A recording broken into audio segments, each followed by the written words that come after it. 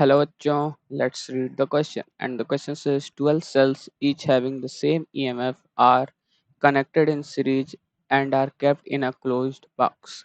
Some of the cells are connected in reverse order. The battery is connected in series with an emitter and external resistance R and two cells of the same type as in the battery.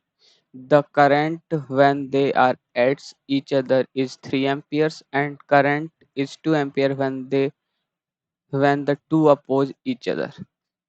How many cells are connected in reverse order? तो basically इस question को solve करने के लिए एक simple concept use होगा कि concept to solve this question is कि current I is equal to लिखते हैं सपोर्टिव ईएमएफ माइनस माइनस में क्या इसको ऐसे लिख लें तो ई सपोर्टिव माइनस ई रिवर्स जो अपोज कर रहा है अपोज अपॉन टोटल रेजिस्टेंस। ठीक, ये हो जाएगा। इसी कॉन्सेप्ट पे ये क्वेश्चन सॉल्व हो जाएगा।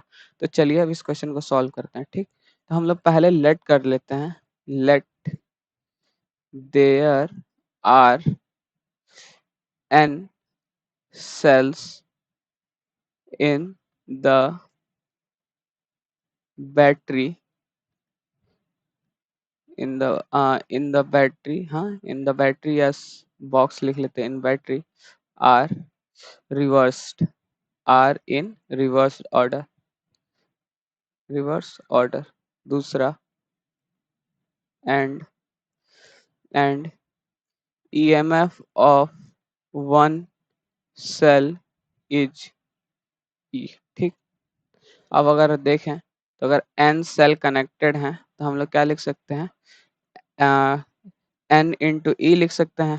ठीक, तो अब देखें और टू एक्स्ट्रा सेल्स भी हैं तो हम लोग क्या लिख सकते हैं। फर्स्ट केस में हम लोग क्या लिख सकते हैं इसको व्हेन सपोर्ट कर रहे हैं तो क्या हो जाएगा व्हेन सपोर्ट।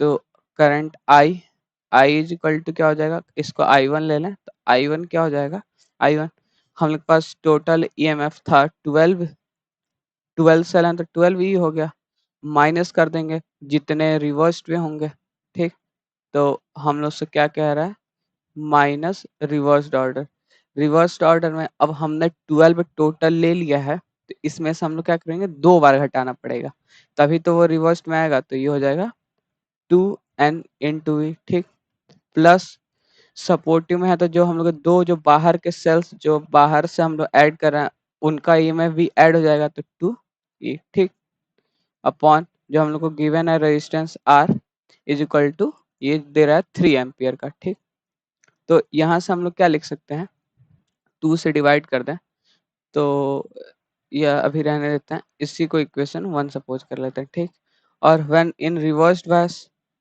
अच्छा ये तो कंफ्यूजन नहीं कर रहा ना कि ये 12 ई लिखने के बाद -2। अब हमने क्या किया पहले टोटल लिख दिया, टोटल हमने बैटरी का ईएमएफ लिख दिया है। उसके बाद अब अगर एक रिवर्स में जाएगा तो टोटल में से तो दो घटेगा, एक तो पहले वो सपोर्ट नहीं करेगा दूसरा उसको अपोज कर रहा है तो इसलिए दो बार माइनस कर रहा है। ठीक, और व्हेन और दूसरा केस ले लें व्हेन अपोजेस ठीक, तो I2 क्या हो जाएगा I2 हो जाएगा 12e माइनस 2ne, ये तो सेम रहेगा। अब यहाँ पे अपोज कर रहा है तो ये भी माइनस में हो जाएगा 2e upon r is equal to ये दिया है 2। ठीक, ये इक्वेशन 2 हो गया। अब हम लोग अगर करें बाई ऐसे लिखें यहाँ पे लिखते हैं by 1 divided by 2 we gate.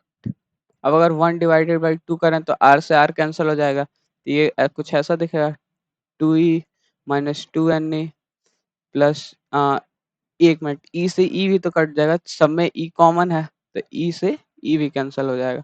ठीक, तब हम लोग के पास क्या बचेगा क्योंकि इसमें से सब में से ई कॉमन ले लेंगे इसमें से भी ई कॉमन ले लेंगे तो कट जाएगा।